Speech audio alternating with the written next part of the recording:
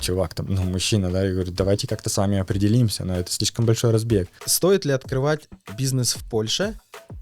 Или? С чего ты взял, что если ты откроешь какой-то бизнес, то ты резко начнешь зарабатывать 30, 40, 50 тысяч злотых в месяц? Как ты говорил с Змеем Горынычем, да? То есть ты ему рубишь одну голову, там вместо нее появляются две. Я говорю, чувак. В чашу весов ставим бизнес в Польше, а на вторую чашу весов мы должны тоже что-то поставить. То есть это иллюзия, что можно все скинуть на такие компании, как у нас, которые будут за тебя там решать вопросики и тянуть мазу. Извечный вопрос. Стоит ли открывать бизнес в Польше?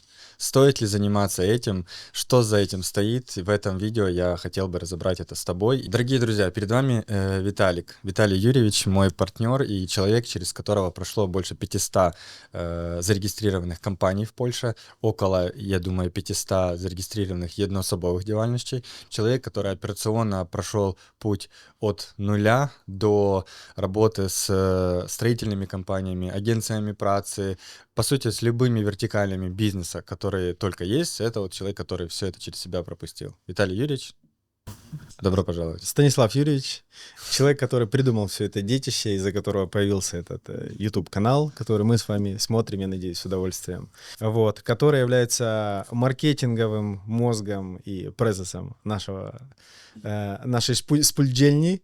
Вот. У Стаса есть очень большая насмотренность касательно ниш, при этом он общается напрямую с топами предпринимателями, вот с лицами, принимающими решения, и получает сигналы и обратную связь непосредственно от них, от тех, кто заносит, завозит деньги, людей, капиталы сюда, в Польшу, и пытается что-то с этим сделать. Плюс я получаю сигналы из космоса. Да.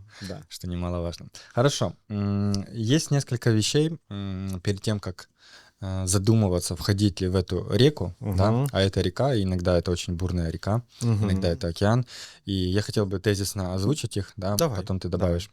Первое. То, что я понял, исходя из моей насмотренности, больше 300 платных консультаций, бизнесов, которые мы здесь вели, да, это вот квинтэссенция всего этого. Давай. Бизнес с доходностью до 5000 евро и бизнес с доходностью от 5000 евро — это совсем разные бизнес-модели. Это раз. Да. Несмотря на то, что эти 5000 евро можно даже зарабатывать на работе, работая на работе, и даже... Иногда с меньшим стрессом, чем в бизнесе. Это мы сейчас разберем, где там стресс. 5000 можно реально зарабатывать даже на работе, но вот что я понял. Качество денег совсем разное, и мы разберемся, что такое качество денег, да, сегодня. Но вот реально бизнес-модель, подход на 5000, до 5000 чистой прибыли, это совсем другая история, другая свистопляска, чем когда тебе надо зарабатывать больше. Да. Вот даже если ты там хочешь зарабатывать 7, 8, 10 тысяч чистыми именно внутри бизнеса, это совсем разная история. Ты знаешь, я бы даже понизил планку для Польши именно, да, там, наверное, до 3000 евро и так далее. Вот это 3-5, одна, 3-5. А все, что выше, это уже другая. И это, как ты сказал, это разные бизнесы. Но я бы сказал, что в целом есть еще большая разница между бизнесом и предпринимательством. Да, тоже в таком контексте. И там можно зарабатывать эти деньги, но подход и твой уровень вовлеченности в эти процессы, он может быть разный. То есть, допустим, ты в предпринимательстве можешь строить бренд личности и все завязывать на себе, а в бизнесе тебе надо создавать систему и наоборот, не, без меня, давайте, солдатики, без меня делайте эту всю историю. Да. Вот. То есть либо себя строишь, условно говоря, специалиста, либо систему. И это один из моих пунктов, давай я его сейчас как раз тогда раскрою. Определитесь, что вы хотите построить, мы это уже говорили, да, один раз. Вы хотите построить ремесло, вы хотите построить предпринимательство, либо бизнес. Ремесло — это тогда, когда ты строишь какую-то модель, и, возможно, ты в этой модели зарабатываешь столько же или чуть-чуть больше, чем твои сотрудники даже внутри твоего маленького микробизнеса. Но ты все равно предприниматель, у тебя есть там jednoosobowa działalność, все равно есть какие-то перспективы. Да? Это какие-то бизнесы, где ты можешь заниматься... Я вот не до конца понимаю вот твою дефиницию, разницу между ремеслом и предпринимательством. Потому что для меня предпринимательство — это больше, вот про самозанятость и про то, чтобы как этап становления бизнеса, да, то есть я вот предпринимаю, я нащупал что-то, я вот пока предпринимаю, я активно сам это все делаю, там на себе все завязываю, а потом я понимаю, все, оно работает, теперь я могу дублировать себя в других сотрудников или там в Мгм. систему, и вот потом я начинаю заниматься бизнесом. Для меня это как бы как этап, грубо говоря, предпринимательство как часть бизнеса. Мгм. А самозанятость в нем, это как раз-таки, когда я ремесленник, я не предприниматель-продавец, там, я строю связи, строю мосты, соединяю всех, а я вот предприниматель-ремесленник, давайте мне, я продавать не умею, но я зато классно делаю свою работу. Мгм. То есть для меня это как вот все. Как будто предпринимательство — это этап, переходной этап, где ты принимаешь решение, остаешься ли ты ремесленником, либо стаешь бизнесменом. Понял? Либо ты переходишь в систему, либо Да. ты меняешь деньги. И прибыль на основная, деньги. как бы, дефиниция слова бизнесмен, да, это то, построил ли ты какой-то leverage, создал ли ты какой-то рычаг, который Мгм. позволяет тебе без твоего участия делать так, чтобы бизнес ехал дальше Мгм. и желательно рос. Да. Это классный пункт с левериджем, но боюсь, если мы сейчас копнем, мы уйдем вообще Да, да, от да. темы. Отлично. Вы досмотрели до этого момента, значит, вам действительно интересен бизнес в Польше. Поддержите нас, поставьте лайк этому видео, напишите комментарий и подпишитесь на наш канал. А если вы реально настроены делать бизнес в Польше, то мы можем вам в этом помочь. Во-первых, в формате обучения у нас есть классный обучающий продукт по старту и ведению бизнеса в Польше. Во-вторых, консультацией. И в-третьих, услугами. Регистрация компании, ИП и налаживание бизнес-процессов. Внизу под видео вы найдете все ссылки и продолжаем смотреть выпуск. Мне интересно, что у тебя записано, потому что я без записи, у меня другая штука. Я до нашего с тобой разговора, а мы не договаривались со Стасом, какие у нас будут вопросы, ответы. Есть просто тема, и каждый пришел со своим жизненным опытом, с какими-то умозаключениями. И я позвонил нашим клиентам, ну, то есть тех, кто с нами давно и так далее, и задал им вопрос. Нашим партнерам, да, там, юристам, бухгалтерам. И один простой вопрос, смотри, открывать бизнес в Польше в 2025 году, если ты Украина, русскоязычный человек, да, твои плюсы и минусы накидать. И вот у меня есть обратная связь тоже от них. Но мне очень интересно, что у тебя там... Ну, давай, да. Последний сейчас еще пункт философский. Философские трактаты, и потом за и против. Значит, какие цели бывают, да? Вот люди сейчас смотрят это видео и задают себе вопрос, и это вопрос, который я часто задаю на консультациям людям, а зачем вы хотите создать бизнес? Зачем вы хотите это делать? И я вот структурировал это и понял, что первое, это люди хотят иметь более стабильные и чуть-чуть там растущий доход, да, в отличие от работы по найму. Второе, люди хотят очень часто запарковать деньги, да, то есть они хотят запарковать денежки, у них есть 30, 50, 100, 200 тысяч, и для них бизнес — это как инструмент и способ инвестировать. Спасти их от инфляции и как-то умножить. Да, Окей. да. Следующее — это увеличение прибыли, масштабирование и гейм-чейнджер. Да, то есть люди как бы в бизнесе видят прорыв и возможность выйти вообще на другой уровень, поменять свою жизнь, потому что понимают, что на работе по найму они этого не сделают. Типа я был барбером, теперь пришло время сделать свой барбершоп, Это чтобы типичный на меня кейс. работали барберы. Ко мне приходит на консультацию человек, говорит, я строитель, хочу теперь делать строительный бизнес. Я СТО, работаю на СТО, хочу построить свое СТО. Я работал в жабке, хочу свою жабку. Вот, типичный кейс. Все, разбираем за и против. Верю во все кейсы, кроме последнего. Мне кажется, тот, кто поработал в жабке. Та ну, знаєш, не де медом не помазано, як то кажуть. Давай розбирати за і против. Я добавлю еще один пункт к твоим философским, да. Стоит ли открывать бизнес в Польше? И тут вопрос, который себе стоит первый задать, это а зачем? Да. А зачем? Какая у тебя цель? И к целям, к тому, что ты сказал, есть еще большой кладезь всего этого. Вот я сегодня общался с нашим клиентом, у него строительная компания, Виталик, привет.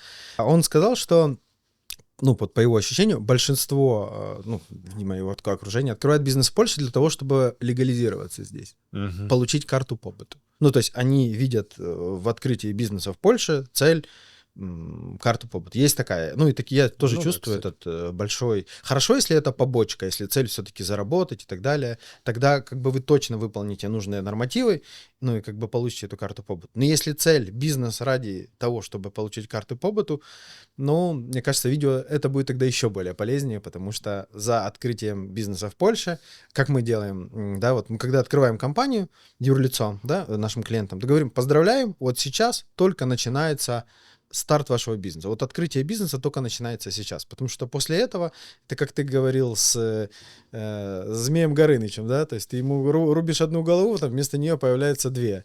Вот то же самое с бизнесом в Польше, ты когда открываешь, начинаются, ну, всякие вещи, которые надо еще сделать, а потом копнуть туда, еще сделать и еще сделать. Да. Это, наверное, больше к негативной стороне этого всего, поэтому давай засчитаем это как вот первый пункт от меня.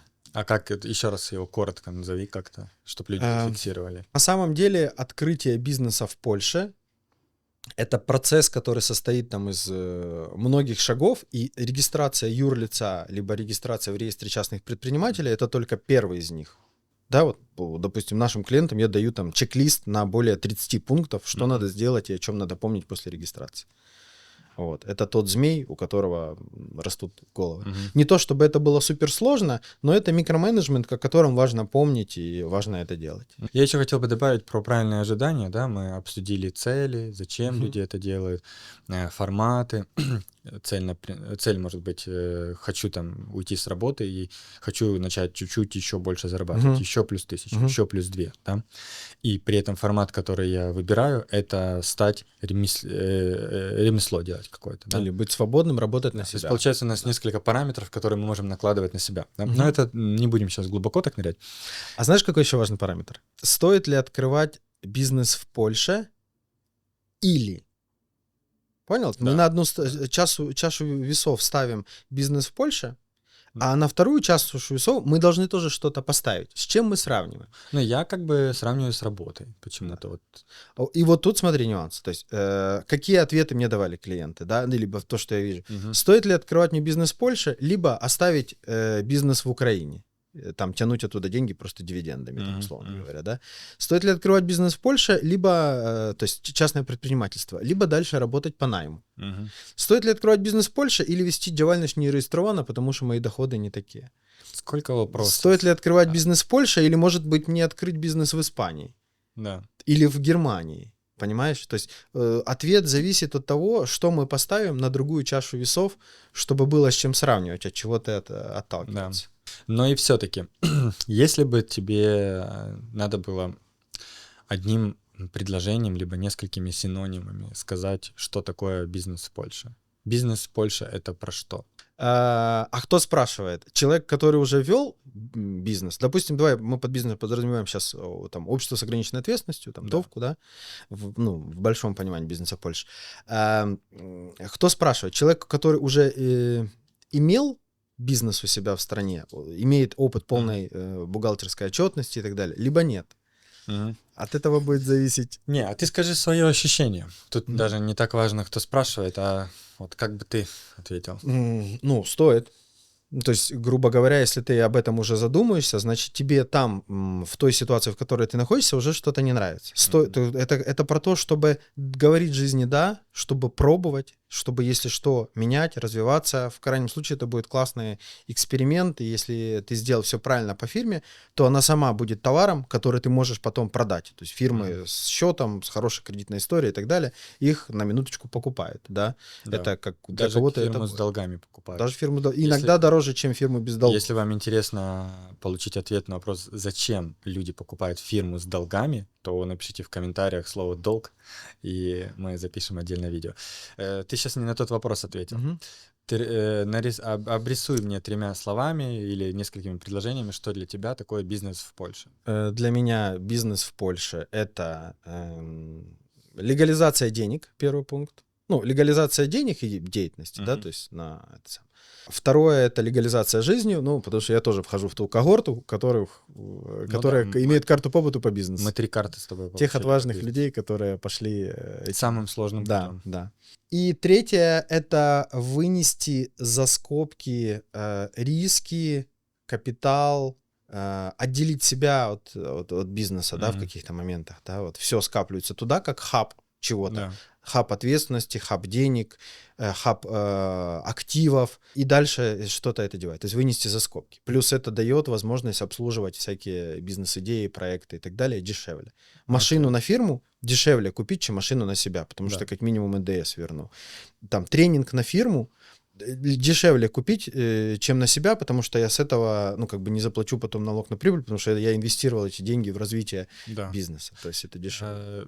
Вот мои вот эти 3 пункта. Я назову свои сейчас, и это тот случай, когда пункт відзення залежить от пункту щодзення. Давай. И мои пункты абсолютно другие. Хотя бизнес один и тот же. Да. Заметь. Но я сейчас скажу, что для меня такое бизнес в Польше, лично для меня, потому что это моя история, в 3-5 словах вообще. Для меня это сложно, нетворкинг, новые возможности и офигенные люди, выход из зоны комфорта и саморазвитие. Вот это вот мои 4 слова про бизнес в Польше. Окей. Да, то есть ты ответил вопрос именно, что для тебя именно твой бизнес в Польше, правильно? То есть я чувствую, что ты его связал со своим контекстом, чем ты занимаешься. Мир разделяется на 2 категории. Первый — это те, кто еще больше смотрит этот быстрый мусорный контент, и на тех, у кого есть потребность смотреть классный, глубокий контент. Я верю в то, что подкасты — это один из лучших способов быстро создать связь с аудиторией, раскрыть вас как бренд личности, либо ваш продукт. Я знаю, что многие из вас хотели бы быть на этом месте и записать подкаст на самом большом YouTube-канале о бизнесе в Польше. И отличные новости. Сейчас это возможно. Внизу под видео есть ссылка. Там вы найдете формат работы, наши кейсы, отзывы и стоимость. Буду рад сотрудничать с вами и продолжаем смотреть выпуск. Давай обсудим за и против. Давай какой-нибудь пунктик. Мы обсудили о том, что это сложно, в плане полной финансовой отчетности, бухгалтерии, там на каждую транзакцию у тебя должна быть бумажка, без бумажки ты какашка и так далее, да. Тебе надо контролировать бизнес, тебе надо контролировать бухгалтеров, кадровиков, смотреть, что там меняется в законах, очень много всяких переменных. То есть это иллюзия, что можно все скинуть на такие компании, как у нас, которые будут за тебя там решать вопросики и тянуть мазу? Сейчас отвечу на этот вопрос. Это сложно, но это не сложнее, чем в других странах, в большинстве. Мы не берем там Америку, где упрощенно, там Канаду и так далее. Если вот, допустим, сегодня я общался там с представителем бизнеса, у которого компания была в Беларуси, он говорит, ты знаешь, по бумажкам то же самое. То есть как бы то же самое. Поэтому я говорил, а кто спрашивает? Потому что если человек вел, фирму, вот именно общество с ограниченной ответственностью вот в наших странах, где тоже могут прийти, задолбать проверками и так далее, то он знает всю эту бюрократию, и она одинаковая во многих странах. По крайней мере, там в Украине, Беларуси, очень похоже. Я от клиентов слышу обратную связь. И поэтому мы этот тогда пункт тоже выносим за скобки. Это не специфика польского бизнеса, это специфика просто формата бизнеса в виде общества с ограниченной ответственностью. А вот и тогда ключевым становится в Польше. Да. Именно вот эта приставка в Польше. Я же могу открыть товку там в Украине, еще где-то, но я выбираю в Польше. Вот зачем именно в Польше? Раз сложности одинаковые. По поводу того, чтобы скинуть ответственность и так далее. Я бы сказал, что это очень сильно помогает. Потому что если нет, допустим, там один клиент сейчас попросил помочь ему закрыть прошлый год, вот он там часть года, там 2 квартала примерно спал, да, бизнес не работал. А процессы что шли, бухгалтерия что-то там подавала, непонятно что, сама себе придумала. И теперь надо вот эти закрыть полгода. И за полгода, там моментов накопилось очень много. И я ему высылаю пункты, смотри, вот тут 3 пункта, потом вот еще 5, потом я еще копнул тут, и тут еще 5 пунктов. И я ставлю себя на его место, он из строительной сферы, да, он классно делает свою работу, у него очередь клиентов, да, он очень такой совестный, я сам бы ему доверил свои проекты. Но вот это все, там, делать какие-то новые е-доручения, подписи и так далее, человеку аналогову, который привык работать руками, быть на объекте. Я понимаю, что мне бы самому было сложно. Очень прям сложно. Из-за того, что Польша сейчас на этапе роста и диджитализации, она в моменте усложняет процессы. То есть раньше надо было сопровождание делать офлайн, подписал, отправил, все, забыл. А сейчас, пожалуйста, подписал, сосканировал, подписал электронной подписью, еще попробовал подписать в системе, она не всегда срабатывает. Сейчас ввели систему е-доручения, я говорю бухгалтерам, как там, давайте делать эти подписи. Она говорит, да, все классно, только проблема, что госсайт, Лех, не работает. Люди обязаны это делать, сайт поломался время. То есть и вот из-за того, что Польша набирает обороты в сторону диджитализации, по пути что-нибудь отваливается, как у бета-версии этого автомобиля, условно говоря. Поэтому скинуть и отдавать 100% ответственности я бы не отдавал. Почему? Потому что все равно за все отвечает презес. Ну, члены правления, условно говоря, и даже собственники в некоторых случаях, как оказалось.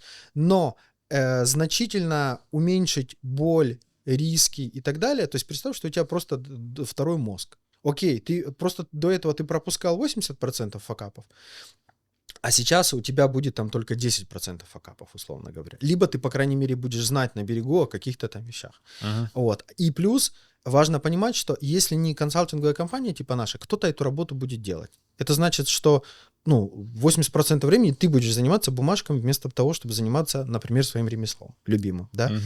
Или ты можешь нанять сотрудника, но с ЗУСами, скорее всего, он тебе обойдется просто дороже, чем вот нанимать. такая вот рекламная вставочка наших услуг. Пожалуйста, обращайтесь. Например. Давай тогда пункты. Какие пункты за то, чтобы делать бизнес в Польше? Мне понравился один пункт от нашего партнера, юриста. Он сказал, что Польша, она, в такой интересной позиции, она со всеми дружит. С большинством, скажем так, стран дружит. Да? Она же там, и с Беларусью на самом деле, там есть отношения, как бы они ни показывали, есть инвестиции, в обе стороны ходят и так далее. А с Украиной, как бы там ни говорили, что поляки там на украинцев, на уровне экономик и так далее дружат. С Америкой, с Евросоюзом. Мы как бы с вами, но мы тут одной ногой, у нас тут своя валюта, и вообще у нас отдельные условия с Америкой. На минутку приходил парень, Джеймс, и мы общались, он американец, он говорит, я могу в Польше быть сколько хочу, мне надо там раз в 3 месяца просто выезжать на 1 день и потом назад въезжать. Но только в Польшу, прямым перелетом. Я не могу в Евросоюзе, потому что на Евросоюз без виз обычный, то есть 3-3. 3 месяца тут, 3 месяца там. А вот с Польшей достаточно выехать на 1 день, на вот этот островок. То есть у него с Польшей специфические отношения практически со всеми странами мира, а это значит, можно делать импорт, экспорт и нормально вести, в принципе, бизнес со всем миром. Понимаешь? Вот такой как бы плюс, это на определенных оборотах люди с ним сталкиваются, но это может быть большой проблемой. Допустим, если ты хочешь бизнес вести с Беларусью, где говорят, не-не-не, все, Беларусь, до свидания. Даже с Дубаями больше проблем, потому что если оттуда идут платежи или еще что-то, то Дубай, офшорная зона, давай, там проверим этот платеж. Если что-то идет с Польшей, обычно там минимальные какие-то. Мои пункты за то, чтобы делать бизнес в Польше. Первое.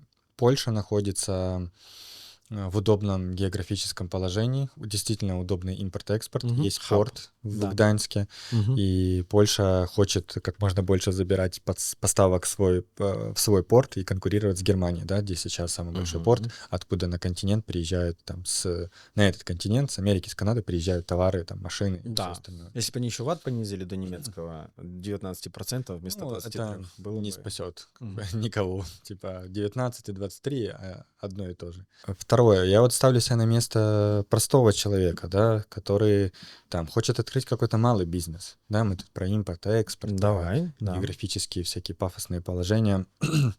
Вот стоит ли ему открывать бизнес в Польше, да?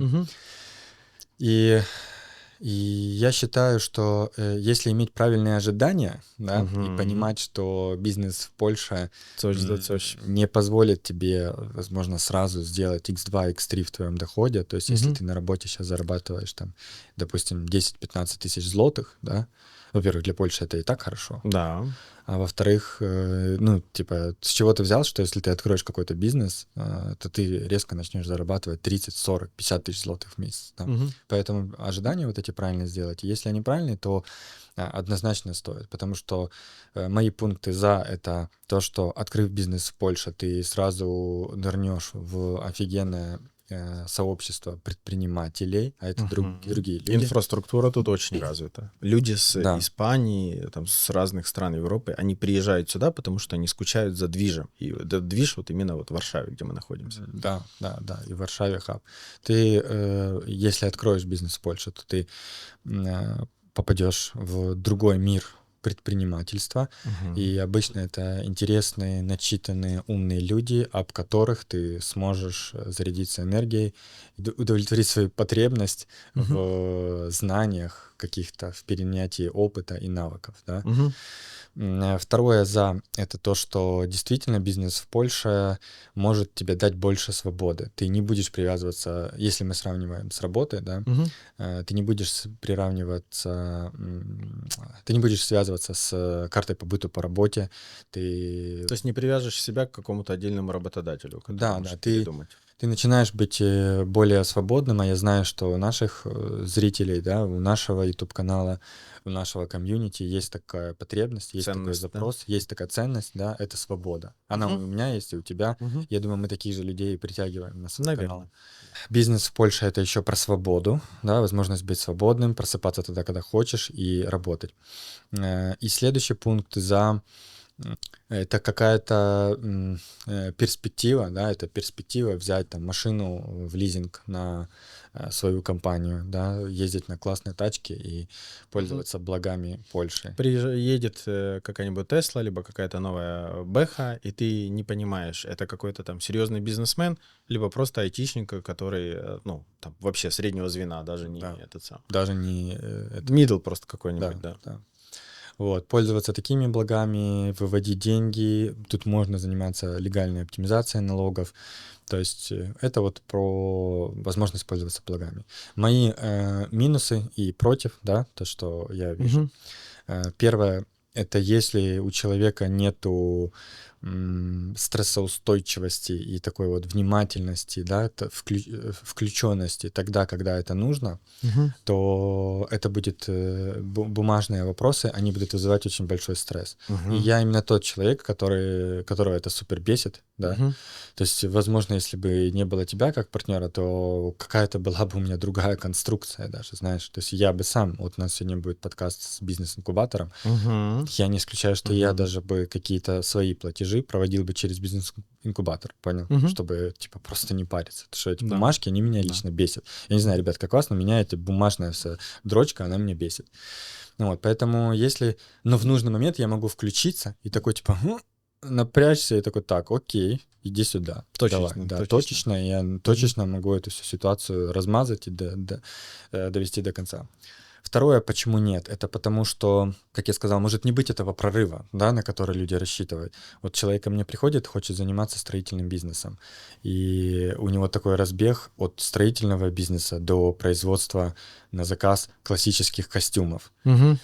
Я говорю, ну, типа, чувак, там, ну, мужчина, да, я говорю, давайте как-то с вами определимся, но это слишком большой разбег. У вас был опыт в предпринимательстве, именно там в Украине хотя бы ФОП открывали? Мгм. Он говорит, нет.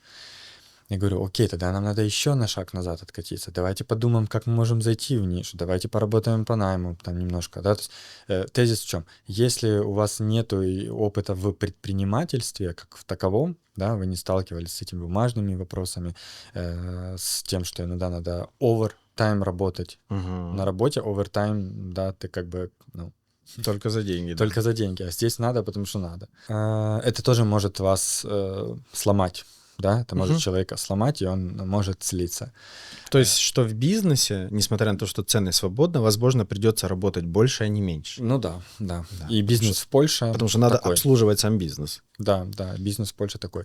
Последнее, почему я против, да, чтобы люди делали бизнес в Польше. Знаешь, это как в трейдинге. Первое правило трейдера — это не потерять. Мгм. Вот. Первое правило тренера — это не навредить, да. Также и здесь, в бизнесе, это не зафакапиться, да, то есть очень легко зафакапиться. Я против, если люди хотят делать бизнес в Польше, и они не понимают, что, как, зачем, у них нет вот этой вот структурности, да, Мгм. нет Мгм. четкого ощущения, видения, что они будут делать. То есть Единственное... ты не тот человек, который открывал бы бизнес без бизнес-плана. Да, и при этом я очень как бы люблю и уважаю всех этих людей, которые Всех авантюристов. авантюристов. В хорошем смысле. Да, да, в хорошем смысле, которые готовы это сделать. Типа, да что там, давай залетаем, и там дальше разберемся. Я очень уважаю, я так не могу, понял? Ну, Мгм. типа, То я есть не... это суперспособность. Это суперспособность, Да. и, может, даже надо этим пользоваться, если вы такой человек. Ну, вот такие мои за и против. Мгм. Окей. Тогда скажу свои. Значит, к тому, что выше было сказано, Я начну с минусов и давай хорошим пирожочком закончим. Завершим, да. Да, из минусов это все-таки другой язык. Мы берем в главном, в корень Кстати, Польшу. да. Да. Я вообще забыл. Да, это другой язык, если рассматривать Польшу по сравнению с другими. У меня как не получается минус, на каждый минус есть плюс, знаешь. Поэтому давай я так накину, как есть. Накидывай, минус, плюс. Смотри, минус другой язык, плюс он похож на украинский, частично на русский, и можно его освоить легче, чем, допустим, испанский, французский, там, где другая логика немножечко, да. Вот. Я когда приехал с украинским языком, я смотрю, если, в принципе, он говорит внятно и медленно, то 40% уже понятно. Да. Говорить и отвечать — это другой пункт. Вот этому уже надо учиться. Но понимать легко. Плюс сейчас современными технологиями, то есть я контракты пишу с чатом GPT. Вообще легко. Причем сейчас приходится писать, допустим, польско-немецкие какие-то. Вообще залетает на ура. Ну, Да. то есть можно, если тебе не надо говорить лично, если ты на фронтлайн можешь поставить поляка, то тогда тебе можно и без языка обойти. А второе — это все-таки ментальность и культура. Как это касается Польши, у нас был подкаст, кстати, по поводу менталитета. Он набрал уже, я думаю, сейчас 22 тысячи просмотров. Угу. А это Да, для not подкаста bad. стиля. Его смотрят поляки, на минуточку. Да, они Да. пишут там, цудовный отчинник. Да. Так вот, менталитет, потому что зачем открывать бизнес в этой стране, да? Если ты не заложник ситуации, что ты просто сюда попал там из-за войны, и тебе надо тут легализироваться. Ну, Да. тогда как бы понятно, ты открываешь, потому что тебе надо легализироваться. И тут не вопрос, стоит ли открывать, тут вопрос, надо открывать. Тебе идут деньги, тебе надо их легально показывать, тебе надо легально тут остаться документы, потому что если у тебя нет документов, добро пожаловать назад. То есть тогда надо. Но если ты можешь выбирать, и ты такой думаешь, да, открою-ка я себе его в Эстонии. В Эстонии еще легче можно открыть, меньше налогов и так далее. Да, но рынок там вот такой. Ну, типа Варшава одна может перекрыть по объемам Эстонию. Ты знаешь, важный вопрос. Когда мы говорим, стоит ли открывать бизнес в Польше, я бы кардинально вообще разделил бы то, делаешь ли ты бизнес в Польше на Польшу, либо работаешь ли ты на что-то другое. Либо ты паркуешь просто свои деньги как на польскую компанию, но твой бизнес связан с какой-то другой Да, и страной. это тупо разные вещи. Да, То есть, да. грубо говоря, те, кто открыли здесь ресторан и работают на поляков, это, мне кажется, самые чемпионы. Не допускайте мою ошибку. Это когда то есть был бизнес в Польше в начале, и я тратил деньги здесь, в злотых, но зарабатывал в гривне в Украине. Вот тратить деньги в стране, которая дороже, а зарабатывать там, где деньги как бы дешевле, это неправильно. Но, допустим, если вы зарабатываете в злотых, то есть в евро, в долларе, а тратите их в злотых, то это приятно. Я знаю много американцев, которые как бы живут в Польше именно потому, что им тут вообще комфортно жить. Может быть, не так комфортно, как в Украине до войны, Но, тут к им сожалению, мы не американцы, да. а мы овцекраевцы. Да, и мы сталкиваемся с другой реальностью, что в Дубае не намного дороже жить, чем в Варшаве, к примеру. Уже, да? Да. Что еще? Зачем еще? Почему за? Здесь понятны правила игры. Здесь все-таки работает презумпция невиновности, и там государству, либо кому-то, чтобы тебе что-то доказать, надо, именно доказать, что ты нет. Не так, как, в наших странах, там, где, как бы, в принципе, а что ты меня остановил, а что ты лет? Потому что надо. Мы найдем. Я не знаю, что я тебя остановил, но я сейчас что-нибудь найду. То есть нет, тут право работает, тут можно защищать свои интересы, есть, пусть оно работает долго, это там суды долго длятся и так далее, но выигрывают. И ты же знаешь случаи, когда люди выигрывали суд там, перед ужом. С Кауцией, помнишь, мы подавали в суд и выиграли. То есть реально можно защищать свои интересы. Это раз, работает судовая система. И реально тебе не надо бояться. Правила игры они сложные, да, но они написаны заранее. И если ты провел работу, и часть нашего канала, миссия — это поднимать вашу компетентность, да, ты их знаешь, и ты просто их следуешь, то тебе нечего бояться. То есть очень мало того шансов, что там кто-то придет и скажет, все, что было твое, теперь мое, как когда-то было в Киеве, допустим. Да. Зачем еще делать бизнес в Польше? Если мы говорим про компанию, то это классная возможность перетащить паровозом всю свою семью и так далее, и так далее. Ты один раз выполнил вот эти условия, и потом твои партнеры, там, твои сотрудники и так далее могут получать там опыт, легализация. Да, еще, легализация. Еще мало, еще. Вот, доступ к европейским деньгам, несмотря на то, что Европа вся так, по ощущениям, чуть-чуть вниз качется экономически, Польша при этом бьет рекорды, все равно растет, недвижимость растет, бизнес растет. Многие, те, кто выехал там в Испанию, в другие страны, в итоге возвращаются, Вот, потому что здесь налоги дешевле, в Испании, допустим, тебя могут заставить платить от всех твоих заработков Как за в Америке, границей. да. Да, ну типа вообще. А в Польше все-таки есть какие-то договоренности униканию двойного налогообложения, ну как-то тут это работает, да, налоговая интерпретация и так далее. Мгм. И еще один пункт в сторону того, что правила игры прописаны, это безопасность для жизни. Ну, в целом. Да, я вот только хотел добавить про безопасность. Да, люди сюда возвращаются, потому что тут движ, низкие налоги по отношению к остальной Европе и безопасность для жизни, для семьи. Потому что есть такая интересная мысль, что жить нужно там, где живут твои деньги. Это как бы правильно. Но кроме того, чтобы зарабатывать деньги, допустим, 8 часов в день, да, в лучшем случае, эффективного времени, ты ж тут живешь твоя семья. И хочется так, чтобы ты мог не думать, не беспокоиться обо всех вот этих остальных моментах. Поэтому бизнес Польши — это как такой большой хаб, который тянет за собой. Я здесь живу, я здесь легализирован, у меня легально приходят деньги, и у меня есть доступ путешествовать, как завершая, да, пункты, путешествовать по всему миру, вести бизнес со всего мира. У меня есть возможность, на минуточку, выбирать разные формы бизнеса. Я могу иметь частное предпринимательство, фирму, могу иметь сколько хочешь спулок, быть партнерами там, могу еще пойти где-то на работу. И вот это, и плюс моя семья живет здесь, в безопасности, еще и на ребенка какие-то дотации можно получать, хотя иностранец, я к этому не привык. Дешевые кредиты, нате, ну, какие-то деньги от государства. Да, там купить квартиру дорого, но если мы говорим про сумму, это все-таки еще не так дорого, как, допустим, в Париже покупать или там в Германии. Ну, дорого по отношению к зарплатам, но недорого по отношению там, к остальной Европе. ну да, дорого по соотношению там, к нашим странам, но недорого. Поэтому звучит так, как будто можно для себя рассматривать этот вариант. Можно рассматривать вариант, но с отсылкой всех тех пунктов и нюансов и минусов, что мы говорили, потому что мы на этом канале за 5 лет его существования всегда старались быть объективными. Мы никогда не топили там за то, что только Польша или только там спулка ЗО или только ЙОДГ. Мы надеемся, вы своих пунктов за и против докинете нам Докидывайте еще в комментарии. Да, сюда в комментарии.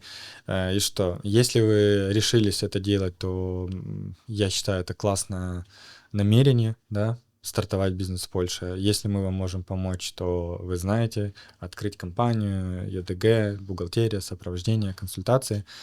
А если нет, то это тоже решение. Не делать бизнес в Польше — это тоже решение. Примите это и ищите другие варианты. Фриланс, подрядчик, там как-то еще. Бизнес в другой стране. Да, то есть есть еще куча вариантов. Все, спасибо всем. Обнял. Пока. Приподнял. Спасибо за просмотр этого видео. Верю, что это было для вас полезным, и если так, поддержите нас, поставьте лайк этому видео, подпишитесь на наш канал, и внизу под видео есть форма комментариев. Задавайте ваши вопросы, обсуждайте выпуск, и мы с удовольствием ответим на ваши вопросы.